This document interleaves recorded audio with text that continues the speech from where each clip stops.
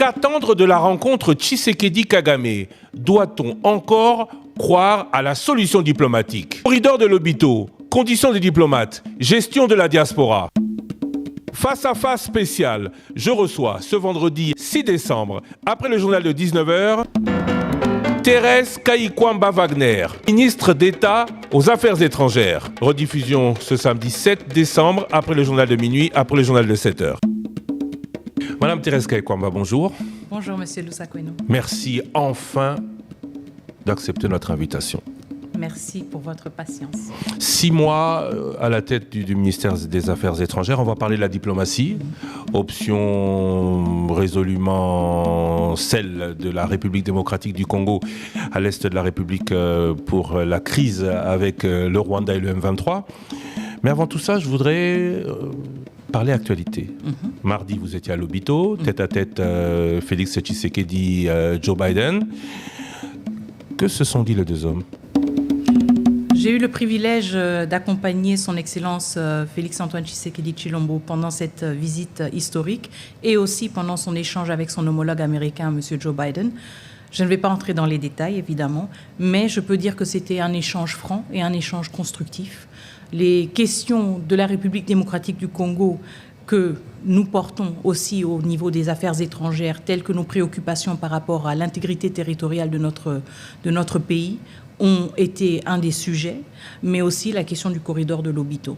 Je pense que les États-Unis d'Amérique l'ont démontré en étant le premier pays membre permanent du Conseil de sécurité qui a dénoncé la présence des forces armées rwandaises sur notre territoire, qu'elles écoutent nos messages, qu'elles y répondent et aussi qu'elles sont résolument du côté de la République démocratique du Congo et de toute la région des Grands Lacs pour trouver une solution durable à la situation. Donc c'était les deux questions principales, la situation à l'est de la République démocratique du Congo, mais en même temps aussi la question du corridor de Lobito et son potentiel immense pour la République démocratique du Congo et toute la sous-région. On va arriver au corridor de Lobito, mais vous dites on écoute, on répond. Le premier, les États-Unis sont derrière la République démocratique du Congo qui demande des sanctions. Joe Biden s'en va, sanctions il n'y a pas eu. Pardon? Joe Biden s'en va, oui. Sanctions il n'y a pas eu. Il y a eu des sanctions. Il y a eu des sanctions contre des individus, des membres du M23 et des forces armées rwandaises aussi. Des officiers des forces armées rwandaises. Rien de vraiment autant perceptible comme des généraux, les sanctions qui ont touché la République démocratique du Congo quand on se retrouvait plus ou moins dans la même situation? Bon, je pense que ça, c'est un travail continu, évidemment. Un des arguments sur lesquels nous revenons perpétuellement dans nos plaidoyers, aussi auprès des États-Unis d'Amérique, c'est que la question de la situation à l'est de la République démocratique du Congo, la présence de près de 4000 troupes rwandaises selon le groupe des experts des Nations Unies, donc une source objective à notre avis, parce que nous avons aussi nos chiffres qui sont bien plus élevés que cela. Mais si nous prenons les chiffres du groupe d'experts des Nations Unies, nous pensons à peu près 4000 troupes rwandaises. Et c'est un point très important dans notre plaidoyer quand nous parlons aux Américains et aux autres. C'est une question de la chaîne de commandement. C'est pour cela qu'il est important, quand nous parlons de sanctions, justement, d'avoir des sanctions au niveau des forces armées rwandaises, telles qu'il y en a eu.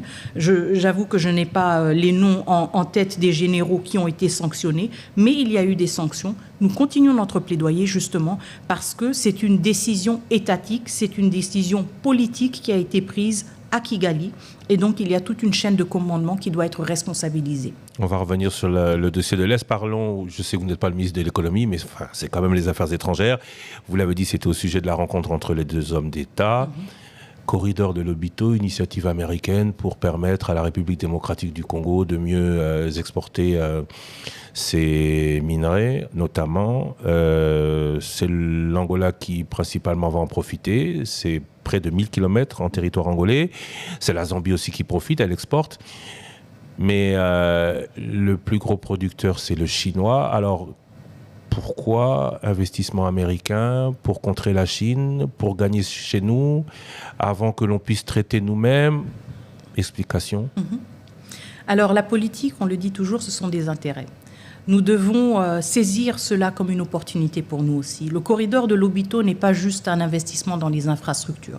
Ce n'est pas juste un investissement dans l'acheminement de nos matières premières vers le port de Lobito et donc l'exportation vers les bourses internationales.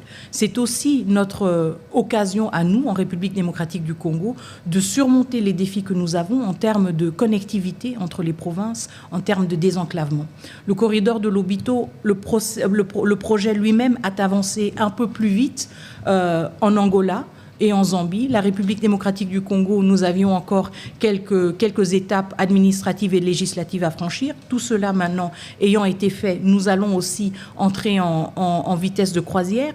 Et je pense qu'en Angola et en Zambie, on voit déjà d'autres retombées qui montrent que ce projet va au-delà d'un simple projet d'infrastructure.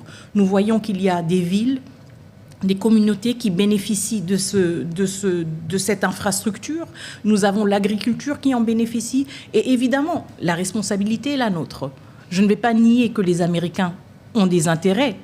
Et c'est la raison pour laquelle ils investissent des millions, des milliards dans le corridor de Lobito. Tout comme les Chinois ont des intérêts. Tout le monde a des intérêts. Maintenant, la question qui se pose et le défi qui se pose pour la République démocratique du Congo, c'est de définir nos intérêts dans ce projet spécifique du corridor de Lobito, parce que nous en parlons, et de voir comment nous allons les défendre. Et donc, nos intérêts, c'est tout d'abord de définir et de comprendre ce projet comme bien plus qu'une simple infrastructure, exiger justement qu'il ne s'agit pas juste de l'acheminement des matières premières. Ça veut dire que nous nous investissons dans l'intérêt d'avoir une première transformation, une addition de valeur de nos minerais, par exemple, avant de les exporter, mais aussi les intérêts justement d'investir dans l'agriculture, dans la transformation de produits agroalimentaires, pour que nous utilisions justement ce corridor de Lobito pour avoir un accès aux marchés internationaux. Donc, la responsabilité est aussi la nôtre, d'identifier nos intérêts, de les défendre et de nous assurer que notre population bénéficie et jouisse de ce projet important qui répond aux intérêts de beaucoup d'autres, mais qui doit aussi répondre aux nôtres. Notre défi, c'est aussi peut-être d'avoir notre corridor de Mwanda, parce que tout ce qui profite à la Zambie, tout ce qui profite à l'Angola aurait pu aussi profiter sur tout le chemin à la République démocratique du Congo. Est-ce qu'il nous est interdit d'avoir le nôtre ? Rien ne nous est interdit. Est-ce qu'il est interdit aux Chinois de transiter par ce corridor ? De Lobito ? Oui. Je devrais vérifier, je ne pense pas. Je ne pense pas. Je devrais vérifier s'il y a des stipulations de cet ordre-là, mais je ne pense pas. C'est pas impossible donc ? Non. Et encore une fois, nous devons voir la question de partenariat, la question du développement, tout d'abord d'un point de vue de notre souveraineté. En tant que gouvernement, en tant qu'État congolais, nous avons le droit de choisir nos partenaires. Et ce choix de partenaires doit tout d'abord être informé par nos intérêts. Ensuite, il y a notre intérêt légitime de voir une diversification des partenaires, parce que ça nous donne plus de chances, ça nous donne plus d'options, et parce que les partenaires, nous y attendons, devraient en fait être en République démocratique du Congo dans une logique de complémentarité. Nous ne sommes pas dans une logique d'exclusivité. Je sais que la question du corridor de Lobito, elle peut être vue de plusieurs perspectives. On peut la voir comme une question de course géopolitique et géostratégique entre deux puissances. Mais ça, c'est nous mettre, nous, République démocratique du Congo, dans une position d'un pays qui subit les intérêts des uns et des autres. Non, non, nous nous affirmons.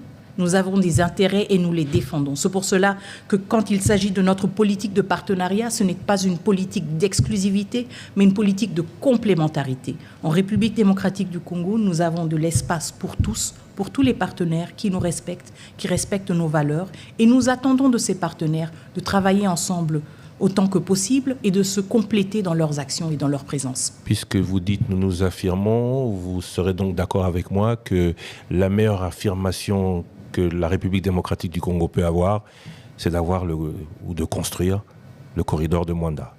C'est de continuer d'investir dans ces infrastructures et de continuer d'investir dans une complémentarité. On ne peut pas non plus tout miser sur une seule infrastructure comme le corridor de Lobito.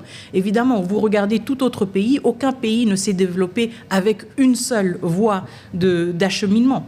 Donc c'est tout à fait normal et tout à fait légitime pour la République démocratique du Congo d'avoir un développement de ces infrastructures qui ne se limitent pas, qui ne privilégient pas certaines zones et qui se complètent. Il ne nous est pas interdit d'aller dans ce sens. On n'a pas signé de contrat qui nous lie sur de nombreuses années au corridor de Lobito. Nous sommes un État souverain. Merci Madame, côté économique, d'avoir accepté de répondre à ces questions. Revenons à la diplomatie. Qu'attendre du processus de paix de Luanda, alors que depuis une semaine, les hostilités ont repris avec les sociétés civiles, on ne parle pas d'affirmation du gouvernement, contact dans la société civile, les offensives M23 RDF. Alors je sais que tout d'abord, la question du processus de Luanda suscite beaucoup d'émotions, beaucoup de curiosité aussi. C'est tout à fait légitime. C'est surtout légitime en République démocratique du Congo. Je le dis toujours parce que ce sont nos frères, nos sœurs, nos mères et nos pères qui sont ceux qui souffrent en premier et le plus longtemps de cette crise. Donc je sais qu'il y a beaucoup d'attentes par rapport à ce processus. Il y a aussi beaucoup de spéculations sur comment il devrait se dérouler et je le respecte entièrement parce que, encore une fois, c'est quelque chose qui nous touche tous d'une manière ou d'une autre. Le processus de Luanda est, si vous voulez, le pan diplomatique de nos efforts pour arriver à une paix durable dans l'Est de la République démocratique du Congo et évidemment toute la sous-région, nous l'espérons. Nos attentes sont que ce processus aboutisse à un accord contraignant pour toutes les parties. Un accord qui nous permette à responsabiliser chacun pour son rôle, pour la contribution qu'il ou elle doit apporter à la résolution de la situation actuelle. Ce qui est important, c'est que pour que le processus de Luanda aboutisse, nous avons besoin d'engagements fermes. Nous avons besoin de signatures noir sur blanc et de ces engagements. Donc je comprends tout à fait que la reprise d'hostilité, surtout, je ne veux pas dire reprise d'hostilité, mais les escarmouches qu'on observe ici et là. Escarmouches alors que des vies sont tombées ? Pardon ? Escarmouches alors que des villes sont tombées. On parle de cités, de villages conquis. Il ne s'agit pas que d'escarmouches. On parle de prise et de reprise. On parle de combats et de tentatives de conquérir plus de territoires, je le concède. Mais en même temps, nous sommes toujours dans une optique du cessez-le-feu. Nous réitérons déjà du côté de la République démocratique du Congo notre attachement au cessez-le-feu. Depuis le 5 novembre, nous avons un mécanisme qui a été mis en place, le mécanisme de vérification ad hoc renforcé, auquel la République démocratique du Congo participe, pour justement suivre la mise en œuvre, le respect ou le non-respect de ce cessez-le-feu et pouvoir le documenter et responsabiliser toutes les parties. Et donc, c'est là où la diplomatie joue son jeu de responsabiliser les parties et d'engager la conversation, d'abord avec les premiers concernés, mais aussi avec tous les autres qui contribuent à cet environnement propice qui est supposé nous faire avancer vers un accord. Comment penser à ce que engagement, vous dites la République démocratique du Congo veut des engagements contraignants, comment penser qu'on peut avoir le plus, alors que le moins, ce cessez-le-feu, on ne l'a pas déjà? Le cessez-le-feu, comme je le disais, il est sous épreuve, je le concède. Nous avons un mécanisme, justement, qui a la responsabilité de le documenter. Et sur la base de cela, nous avons plus de leviers, justement, quand nous parlons à nos partenaires, quand nous parlons au Conseil de paix et de sécurité de l'Union africaine et quand nous parlons au Conseil de sécurité. C'est ce qui nous permet de dire, avec preuve à l'appui, voici les violations qui ont été enregistrées et voici les parties prenantes qui sont responsables et qui doivent être tenues responsables. Donc, je sais que c'est extrêmement frustrant de ne pas voir ce cessez-le-feu être respecté. Nous avions de grandes attentes et c'est décevant de voir que l'autre partie ne joue pas sa partition, mais en même temps, ça nous permet de les responsabiliser. Ça nous permet, nous, de les confronter au rôle nocif qu'ils jouent par rapport à ce processus. Et c'est la même chose avec un processus de paix qui, nous l'espérons, aboutira à la signature d'un accord. C'est pouvoir avoir un accord et dire « nous nous sommes engagés à faire X, Y, Z, vous avez promis de faire X, Y, Z aussi, qu'en est-il devenu ?» Et c'est là où nous voulons aller pour responsabiliser toutes les parties. Et nous espérons 30 ans plus tard, combien d'accords plus tard, obtenir avec les mêmes recettes des plats différents? Pas nécessairement. Pas nécessairement, parce que la pacification de l'Est de la République démocratique du Congo n'est pas uniquement une question de la diplomatie. Nous travaillons en complémentarité avec d'autres domaines du gouvernement, d'autres domaines de la société. C'est une question nationale, d'intérêt national, que chaque Congolais et chaque Congolaise porte de sa manière. Donc la diplomatie n'est qu'une étape. Il y a la République démocratique du Congo a d'autres solutions que la seule diplomatie. Évidemment, nous travaillons en complémentarité. Quand il s'agit de questions de l'intégrité territoriale, il y a évidemment une dimension liée à l'autorité de l'État, il y a une dimension liée à nos forces armées, et c'est pour cela que je dis, on ne parle pas des mêmes recettes pendant 30 ans. Il y a eu un changement à la tête de ce pays. Il y a eu des changements aussi au niveau de notre armée. Il y a eu des efforts au niveau de l'administration territoriale. Et donc, c'est cette complémentarité-là d'efforts qui veut dire qu'on n'est pas nécessairement resté dans la même logique pendant les dernières 30 années. Et même d'un point de vue diplomatique, nous ne sommes pas restés dans la même logique. Nous avons une diplomatie qui est beaucoup plus directe, beaucoup plus offensive. Le président de la République n'est pas passé par 4 chemins pour dire clairement qui étaient les acteurs derrière le M23, pour dire clairement qu'il ne s'agit pas d'une rébellion du M23, mais d'une présence, d'une occupation d'une force armée étrangère non invitée. Comme avant lui, Joseph Kabila, il disait la même chose, c'était le même discours. Bon, Félix Tshisekedi, peut-être de manière plus forte.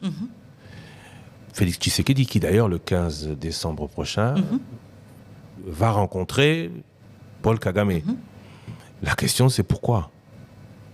Justement pour l'aboutissement du processus de Luanda. Un processus qui n'est pas un processus entre nous et le M23, mais un processus entre nous et le Rwanda. Mais il y a M23, il y a FDLR, il y a République démocratique du Congo, il y a Rwanda. Autant nous plaignons du M23 et du RDF, autant eux se plaignent des FDLR. Nous, on semble avoir reconnu que c'est possible. Le Rwanda demande dialogue avec RDC, M23. Pourquoi nous, on ne leur impose pas non plus dialogue FDLR-Rwanda ? Bon, vous savez, la question des FDLR, il y a toutes sortes de susceptibilités autour de cette question. Le lien entre les FDLR et le génocide, lié à l'histoire du Rwanda. C'est aux Rwandais de définir eux-mêmes comment eux veulent gérer ce chapitre de leur histoire, certes douloureux. Il est très difficile pour nous de l'imposer, surtout quand il s'agit d'un tel traumatisme.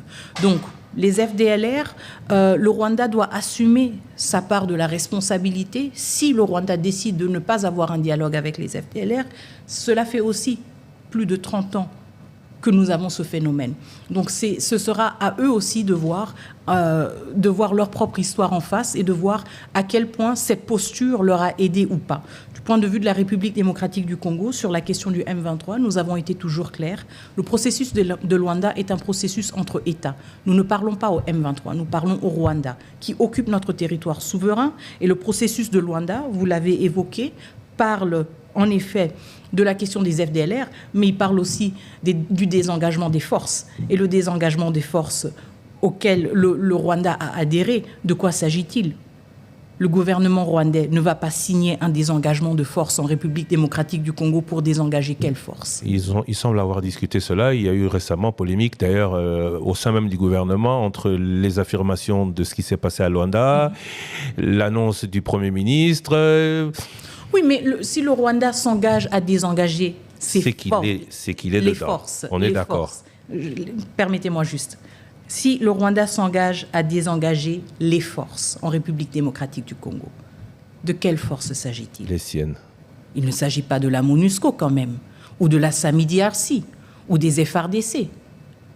Mais quand... Si le Rwanda adhère à un plan d'opération conjoint qui prévoit le désengagement de forces, il s'agit bien de forces armées rwandaises. Mais quand dans le même moment, la République démocratique du Congo s'engage à faire des efforts par rapport à FDLR, est-ce que c'est donné au Rwanda qui dit que FDLR et République démocratique du Congo, ils ont même récemment parlé du Burundi, même combat ?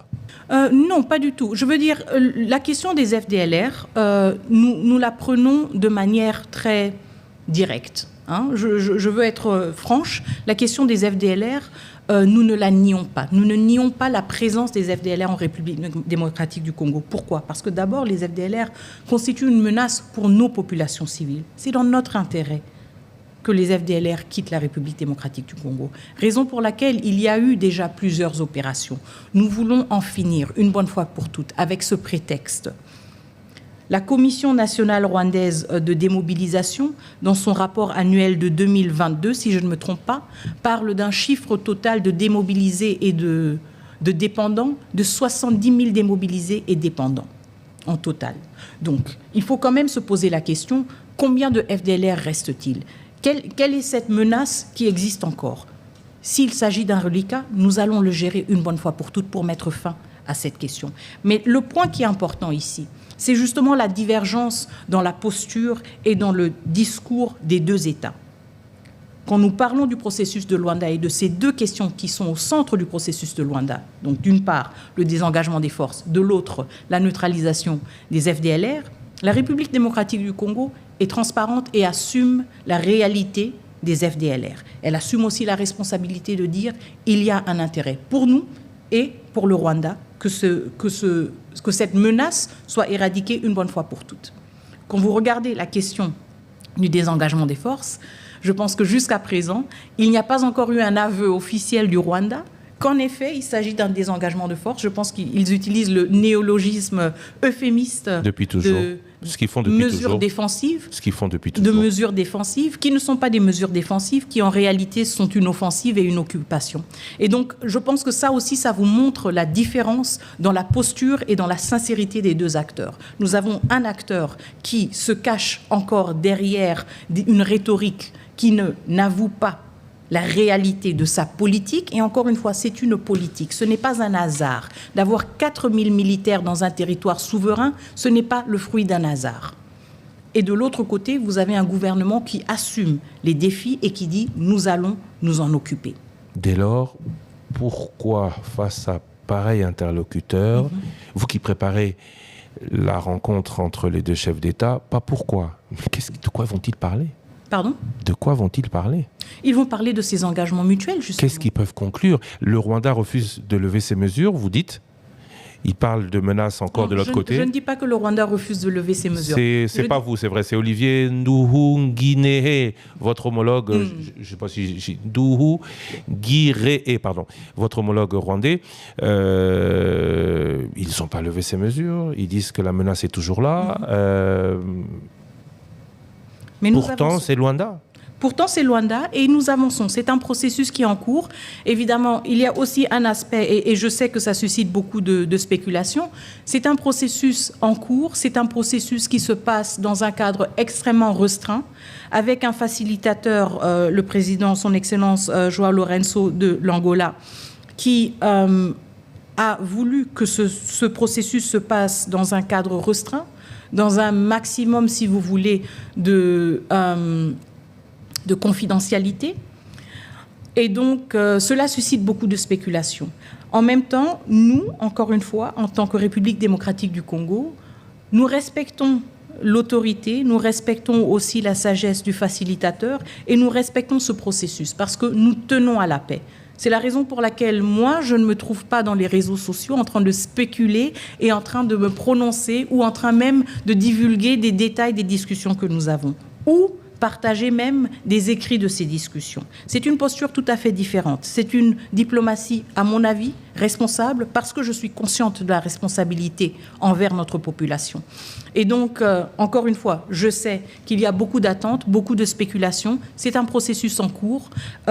Nous espérons justement garder le cap, tenant compte du rendez-vous du 15 décembre sur les échéances qui nous restent au niveau ministériel pour justement élaguer toutes ces questions pertinentes et légitimes que vous me posez et qui sont encore en train d'être traitées. Qu'espérez-vous avoir obtenu le 15 décembre ?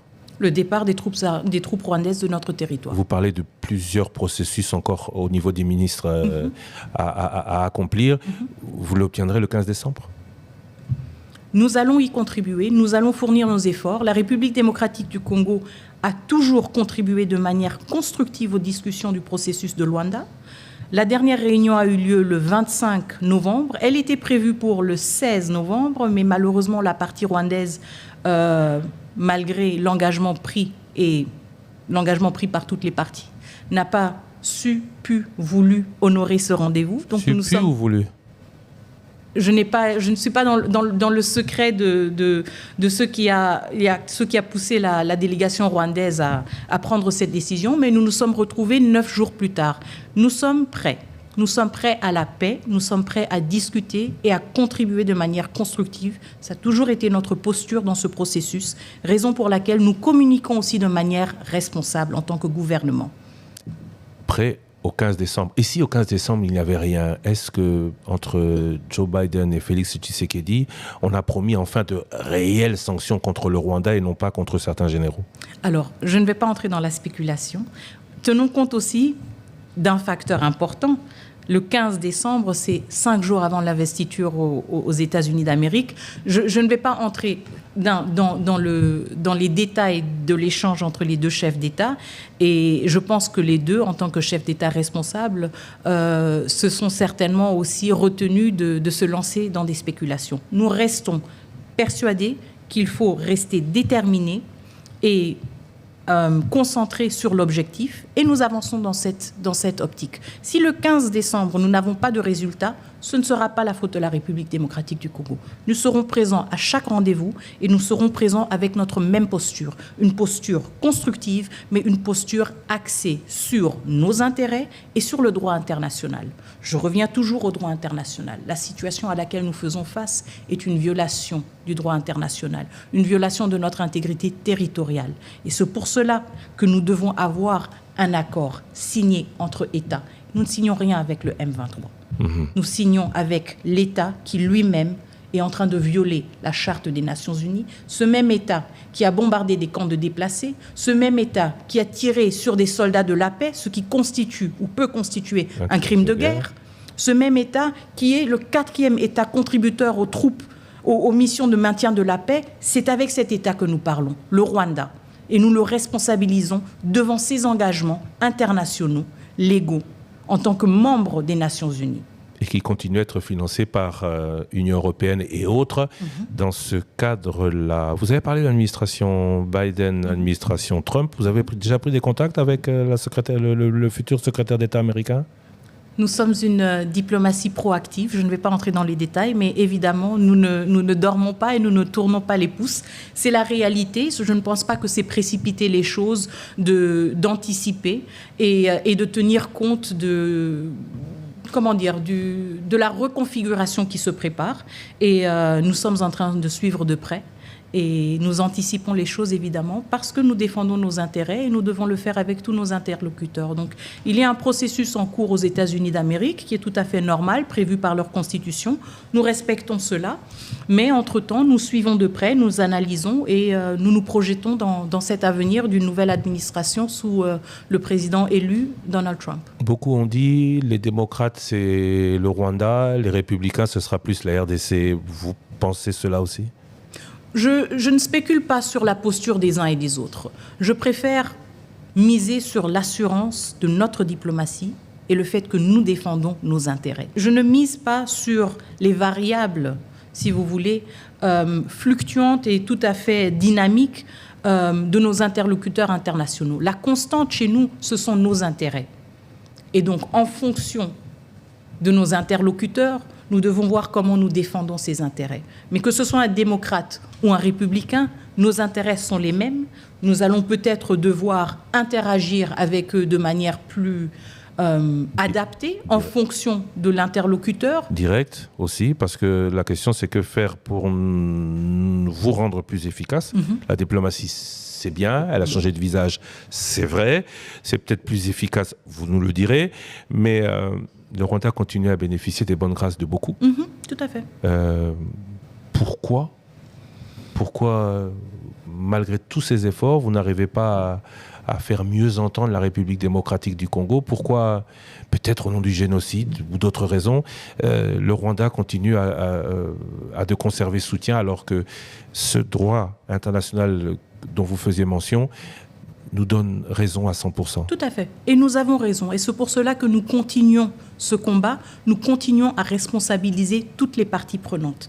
En particulier les membres permanents du Conseil de sécurité qui, eux, ont une position extrêmement privilégiée, membres permanents du Conseil de sécurité, les membres non permanents, les membres du Conseil de paix et de sécurité de l'Union africaine, et évidemment tous nos autres pays partenaires, y compris et nos institutions partenaires comme l'Union européenne. Donc, nous n'allons pas changer, si vous voulez, de posture ou de message. C'est un message responsable et c'est un message qui est ancré et qui a toute sa validité. En même temps, vous me posez une question tout à fait pertinente. Comment ça se fait que ce message n'est pas encore entendu ou ne suscite pas les réactions que nous voudrions susciter? Je pense que c'est une leçon en humilité que l'histoire nous apprend. La diplomatie prend du temps. La diplomatie, ce sont des personnes, ce sont des rapports, ce sont des relations que nous bâtissons, ce sont des narratifs, ce sont des manières de penser que nous changeons. Personne ne change de comportement du jour au lendemain. Et c'est pour cela que nous devons continuer cet effort. Nous devons de manière inlassable continuer à défendre les intérêts de notre pays et en même temps tenir compte du fait que oui, le Rwanda le fait depuis 30 ans. Justement, une diplomatie structurée, une diplomatie qui maintient le même message de manière perpétuelle.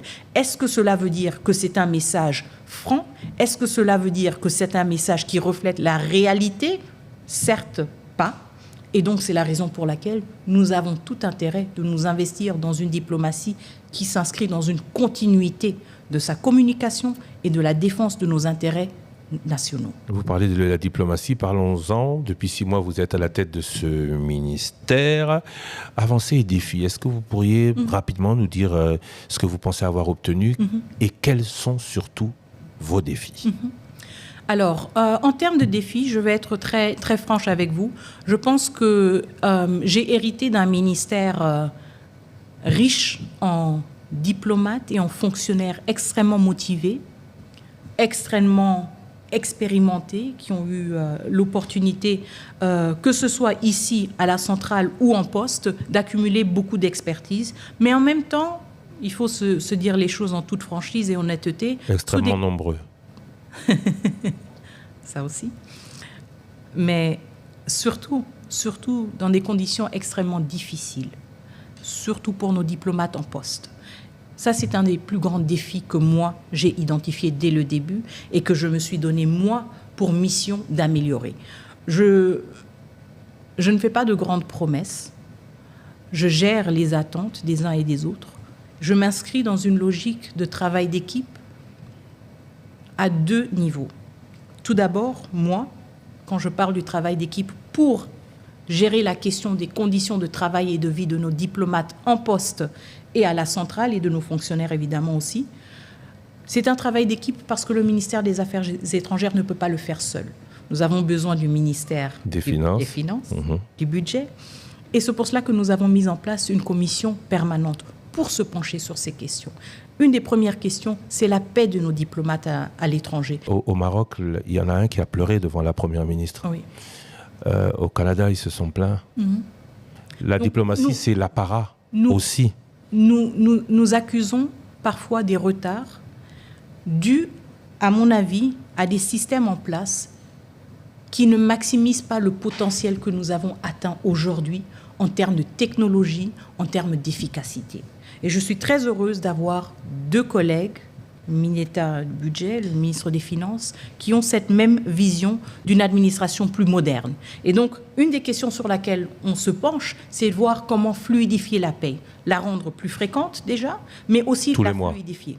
Tous les mois. Oui, parce que... Plus tous les 3 mois, tous les 6 mois. Justement. Ils ne sont pas satisfaits de cela. Tout à fait. Pendant des décennies, il y a eu cette pratique de payer de manière trimestrielle. Mais vous vous imaginez, vous êtes loin de chez vous et on accuse un retard.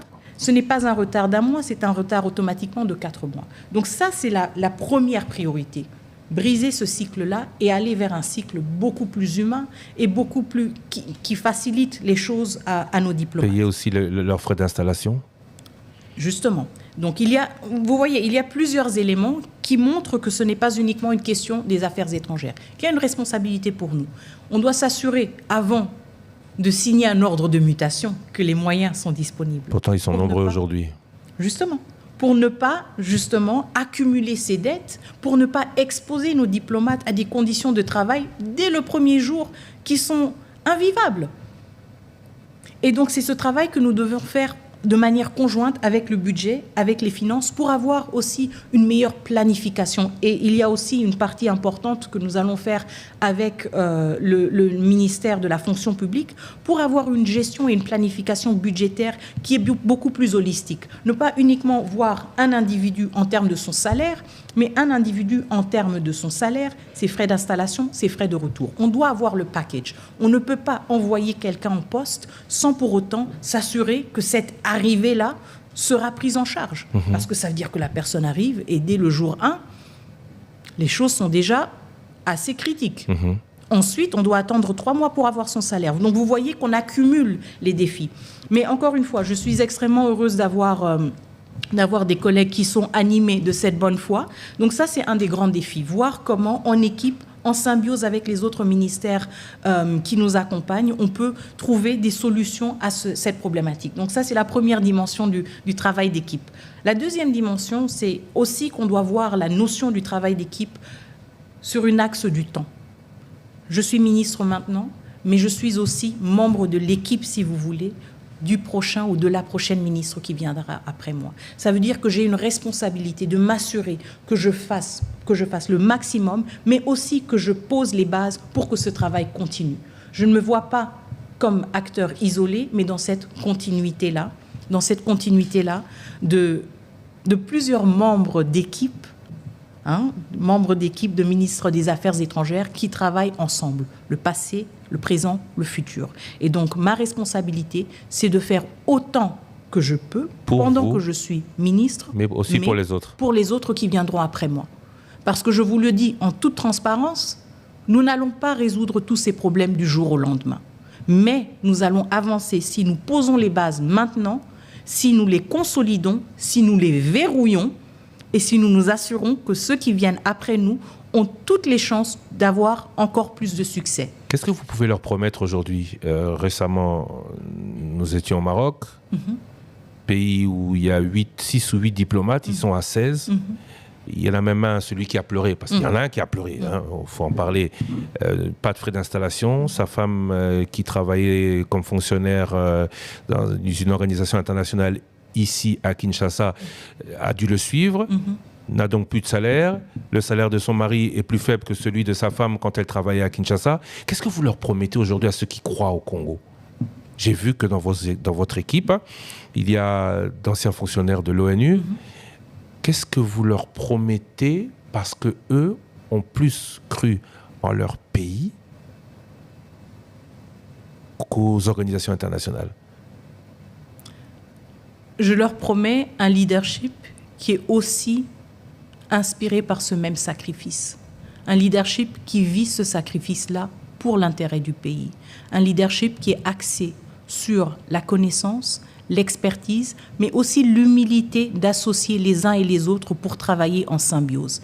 Qu'est-ce que cela veut dire ? Cela veut dire que justement, pour trouver des solutions durables aux défis auxquels nous faisons face, en particulier nos diplomates, je promets que nous allons travailler ensemble avec les autres ministères, que nous allons trouver des solutions pratiques aux problèmes auxquels nous faisons face, que nous avons déjà amorcé un processus ou une démarche auprès du ministre des Finances pour le rapatriement et la prise en charge du rapatriement de plus de 100 diplomates, parce que ça aussi, ça pose problème. On a beaucoup de diplomates, justement, qui sont à trop, si vous voulez, ou trop nombreux dans les ambassades, faute de frais de rapatriement. Donc ça, c'est aussi une des priorités, de décongester nos ambassades. Je promets aussi de réfléchir de manière plus réaliste sur ces défis-là, ces défis de recettes auxquels nous faisons face, ces défis de liquidité auxquels nous faisons face, et d'y apporter des solutions stratégiques. Numéro 1, la numérisation du ministère. Numériser le ministère pour que nous ayons un meilleur contrôle sur nos recettes, une meilleure visibilité sur nos processus en interne. Cela veut dire aussi numériser les processus tels que l'obtention de visa, Qui pose problème, j'ai une question à ce sujet, oui. Donc de passer de visas ordinaires qui sont octroyés par nos ambassades vers un système de e-visa, ce qui voudrait dire que nous canalisons et nous captons tout. Nous avons une meilleure visibilité sur les recettes que nous générons. La question du passeport, je sais aussi qu'elle suscite beaucoup de questions. On va y arriver aussi. De voir comment nous identifions les lacunes dans le système actuel pour mieux capter ces ressources. Et troisièmement, réfléchir aussi sur nos installations ou nos investissements immobiliers dans les différents pays pour voir comment nous pouvons aussi les mettre en valeur pour générer plus de recettes et pour de cette manière avoir un ministère qui jouit d'un peu plus de liquidité et un peu plus de flexibilité pour répondre à ces différents défis. Évidemment, en même temps, il y a aussi ce plaidoyer en interne qui doit se faire, à savoir la diplomatie, elle coûte. Et donc, il faut aussi y mettre les moyens. Mais nous essayons de travailler sur plusieurs axes en même temps pour justement avoir plus de ressources et une meilleure capacité pour être à la hauteur de ces défis. En parlant des recettes du ministère, les visas, c'est pour le ministère des Affaires étrangères. Alors, les visas sont répartis entre affaires étrangères et d'autres services. Ministère de l'Intérieur notamment, DGM, Direction Générale de l'Immigration. Qui est sous le ministère de l'Intérieur. Certaines ambassades se plaignent de ne plus avoir, depuis que le président Tshisekedi a décidé que les Congolais d'origine pouvaient être servis à Kinshasa, des recettes de ces visas. Solution trouvée pour ce faire ? Justement, nous engageons les discussions avec le ministère de l'Intérieur. Et évidemment la DGM qui est sous la houlette du ministère de l'Intérieur pour réfléchir sur la question des e-visas et pour mieux canaliser cette question. Ça veut dire que, comme vous l'avez dit, les recettes des visas ne reviennent pas uniquement aux affaires étrangères, donc il y a aussi une discussion qui doit être menée sur une meilleure répartition. Mais tout d'abord, et je pense que ça c'est dans l'intérêt de tous les ministères et toutes les institutions concernées, la priorité devrait être l'amélioration du captage de ces recettes, parce qu'il y en a beaucoup qui nous échappent. Et donc, en captant mieux ces recettes, y compris à travers un système numérisé de e-visa, on espère voir une nette augmentation en termes de recettes et donc une meilleure capacité de répartir ces recettes et de répondre aux besoins des uns et des autres. À quand pouvons-nous attendre ce e-visa ? Début 2025. Vous savez, c'est un processus que nous voulons faire en toute transparence.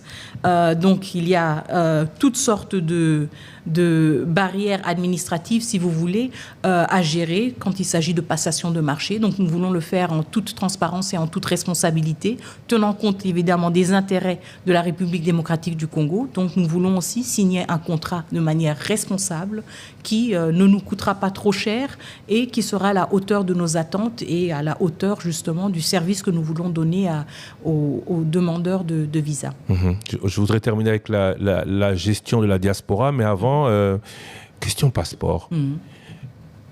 Pourquoi vous ne dites pas aux Congolais que le passeport actuel doit changer d'ici 2026 ? L'OACI prévoit une nouvelle norme, la 39794, qui remplace la 19794 qui, oui, on s'est renseigné, qui démarre au 1er janvier 2026. Pourquoi est-ce qu'on n'a pas dit plutôt aux Congolais qu'à l'horizon 2026, au niveau international, ces passeports devraient changer ? Alors, je peux vous dire que nous sommes dans le processus, justement, du lancement du nouveau passeport biométrique de la République démocratique du Congo, un passeport qui répond justement à ces normes. Il y a un contrat qui a été signé en mai 2023. Donc, c'était une de mes priorités quand j'ai pris les commandes du ministère des Affaires étrangères, justement de voir comment ce contrat-là pouvait entrer en vigueur dans les plus brefs délais. Donc, le contrat a été signé en mai 2023. En juin 2024, une année plus tard, nous avons directement amorcé ces travaux-là pour ne pas accumuler encore plus de temps perdu. Ça faisait déjà 12 mois.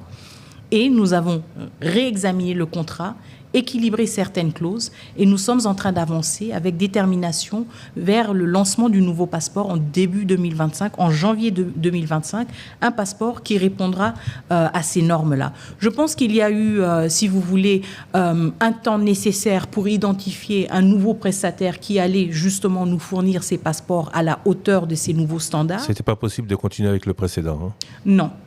Ce n'était pas possible. Il y a eu un processus de passation de marché en toute transparence. Le contrat avec le nouveau prestataire Dermalog a été validé par son Excellence Madame la Première ministre. Et donc, c'est un processus dont nous avons hérité, mais en même temps qui avait déjà accumulé un retard très important. Et donc, pour nous, c'était la priorité dès le début de dire nous voulons nous assurer que les failles que nous observons maintenant dans le système d'octroi de passeport ne se répètent pas. Et nous voulons rapidement lancer ce nouveau passeport. Je sais qu'il y a beaucoup de questions, beaucoup d'interrogations sur ce nouveau passeport. Tout ce qu'on sait, c'est que d'ici à 2030, les anciens passeports pourront continuer d'exister. On ne va pas nous imposer, dites-le nous, on ne va pas nous imposer de tout changer maintenant. Non. Surtout pour ceux qui viennent de l'avoir après, ou ceux qui sont en cours. Pour eux, par exemple, ceux qui ont déjà payé, qui attendent encore leur passeport. Qui attendent encore leur passeport. Bon, là, peut-être qu'on peut voir s'ils sont prêts à attendre jusqu'en janvier, mais théoriquement, tous les passeports qui sont octroyés jusqu'à l'entrée en vigueur ou en circulation du nouveau passeport gardent leur validité. Jusqu'en 2030. Tout à fait. 2030, tout au plus tard. Ça ira mieux. Les passeports seront au Maroc. Beaucoup se sont plaints chez la Première ministre. J'y étais, vous savez. Qu'il est difficile pour eux, faute de machines, de pouvoir avoir rapidement des passeports. Et pour la diaspora particulièrement, se retrouver à l'étranger sans passeport, c'est souvent très gênant. Très gênant. Beaucoup deviennent difficile. sans papier à cause de leur pays d'origine. Tout à fait, tout à fait. Ça se passera mieux avec Dermalog ? Alors, ce n'est pas uniquement Dermalog. C'est pour cela que je dis que nous avons aussi pris le temps nécessaire pour mieux comprendre les défis auxquels toute cette problématique des passeports se bute.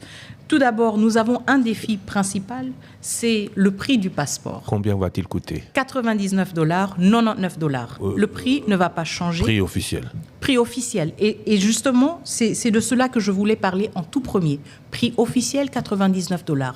Je le sais parce que je suis passée par là avant d'être ministre, que le prix officiel devient autre chose quand on est pressé. Le prix officiel devient autre chose quand, pour une raison quelconque, on tombe sur quelqu'un qui n'est pas le plus honnête. Le prix officiel, c'est qu'en règle générale, la vérité, c'est qu'en règle générale, le prix officiel n'est qu'indicatif. Très bien. Mais il est indicatif pourquoi ?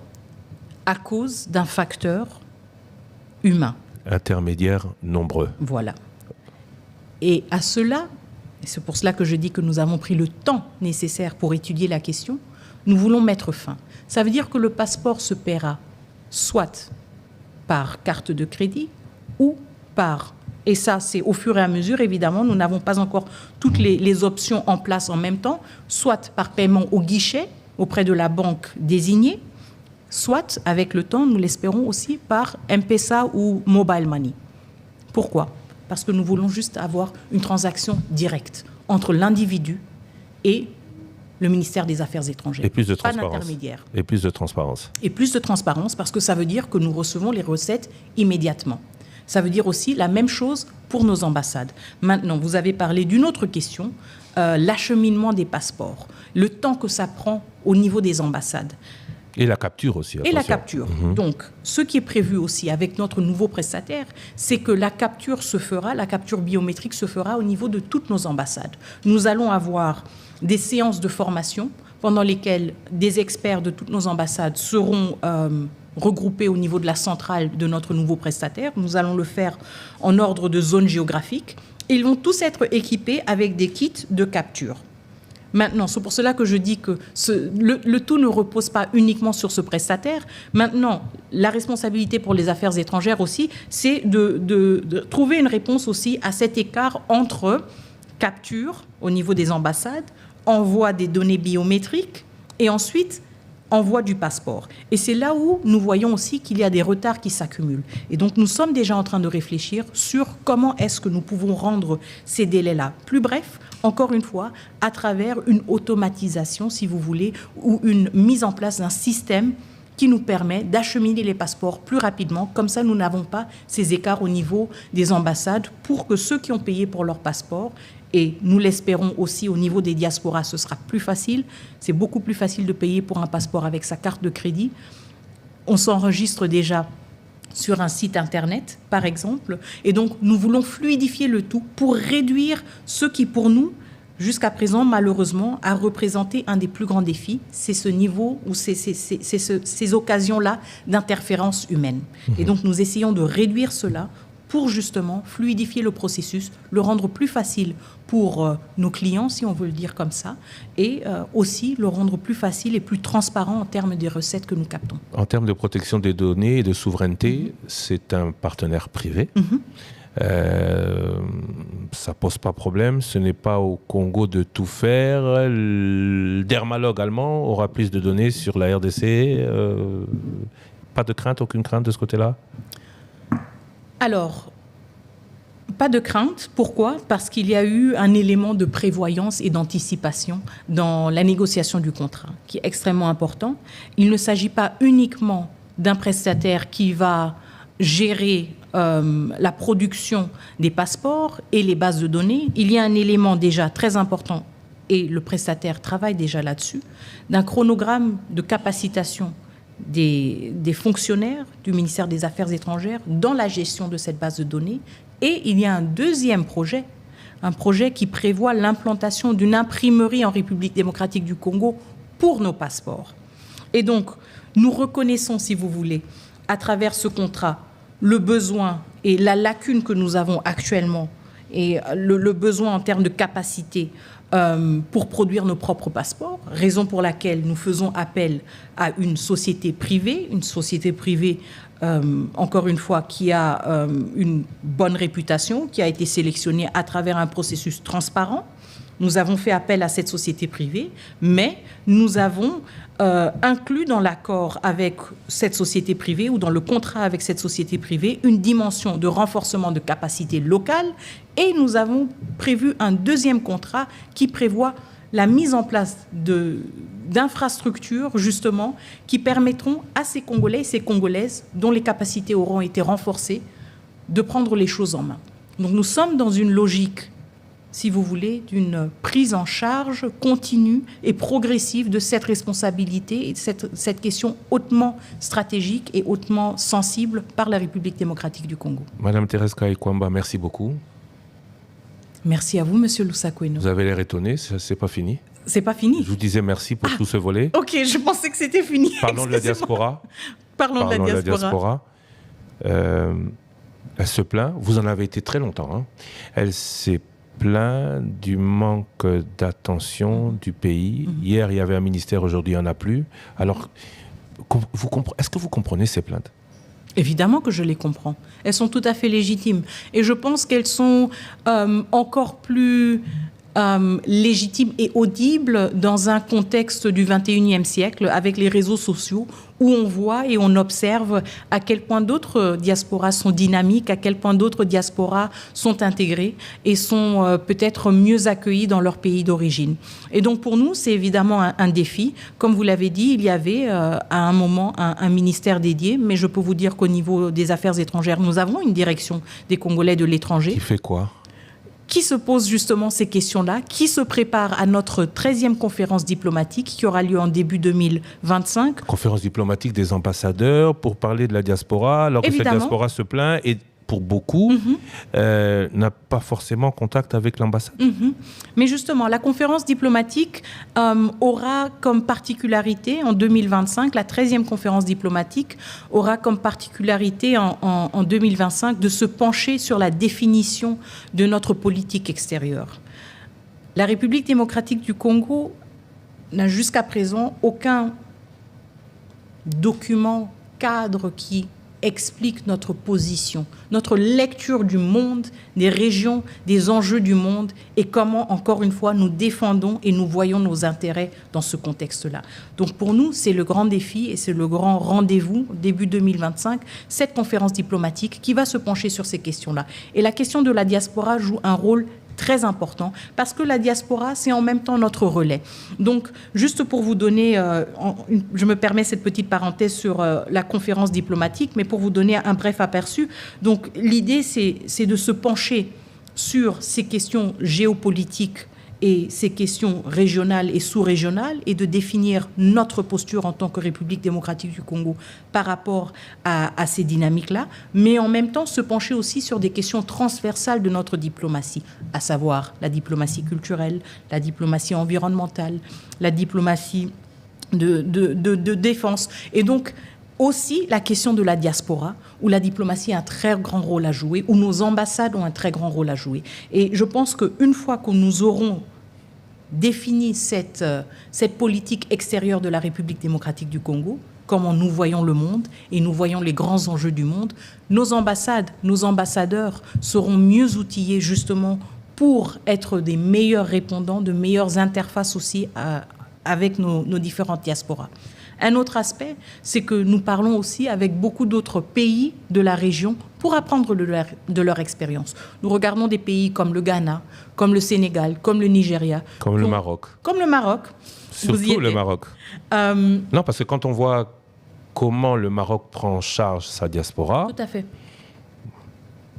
Justement, on est loin du compte. Hein. Il y a tout un potentiel que nous captivons pas encore, que nous captons pas encore, et qui nous échappe. Et je pense qu'il y a beaucoup de domaines sur lesquels, ou beaucoup de questions sur lesquelles nous allons aussi travailler ensemble avec d'autres ministères. Nous le faisons déjà avec le ministère de l'Emploi, qui a lancé une initiative justement pour voir comment appuyer les investissements venus de la diaspora, donc des Congolais qui retournent en République démocratique du Congo et qui veulent investir, et voir comment on peut donner des subventions. Donc ça, ce sont déjà des initiatives innovantes, justement, qui nous aident à voir comment capter le capital de la diaspora.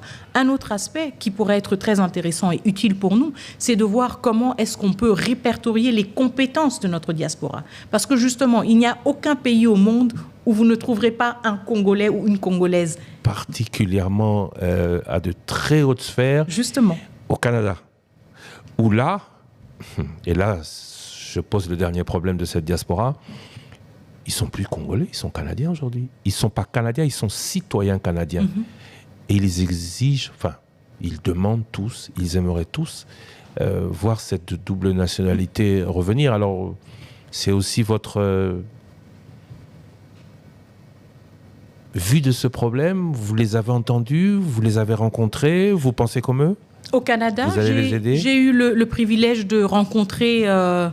je vais dire un échantillon, on n'arrive jamais à rencontrer tout le monde, mais un échantillon de notre diaspora extrêmement dynamique quand j'étais à Toronto en septembre. Et c'était des échanges justement très constructifs, très riches, mais aussi où la question de la double nationalité, ce n'était pas uniquement au Canada, c'est une question qui revient à plusieurs reprises, a été posée. Je pense que c'est une question tout à fait légitime. Il y a un souci, si vous voulez, il y a une attache qui reste pour beaucoup de Congolais qui ont quitté le pays, mais qui se sentent encore, et évidemment qui le sont encore, Congolais. Et qui investissent autant, énormément au Congo. Justement. Est-ce qu'on peut se passer d'eux? Est-ce qu'on peut se dire non, vous n'êtes plus vous êtes certes d'origine, mais vous n'êtes plus, puisqu'ayant contracté une autre nationalité, vous n'êtes plus de la communauté congolaise? Bon, je pense que ça, c'est un débat légal. Je pense qu'il y a des perspectives pour peut-être repenser cette question. Tout le monde parle d'une possible révision de notre Constitution et de certains aspects de cette Constitution. Donc, peut-être que ce sera l'occasion d'en parler. Sur la question de la Constitution, le président a été très clair. Il y aura une commission, il y aura des travaux, il y aura des consultations qui auront lieu justement pour recueillir des avis, des contributions, et donc ce sera peut-être aussi l'occasion de se pencher sur cette question, mais je ne veux pas spéculer, je ne veux pas me pencher là-dessus trop tôt, mais je comprends tout à fait la préoccupation, et d'un point de vue très pragmatique, Je le perçois, pour nous, en tout cas, comme une perte si nous ne saisissons pas ce capital humain. Et donc, le défi pour nous, en tenant compte évidemment de toutes ces questions d'ordre juridique, le défi pour nous, en respectant justement le cadre légal, c'est de voir comment, dans ce cadre légal, nous pouvons quand même capitaliser sur ce potentiel-là de la diaspora.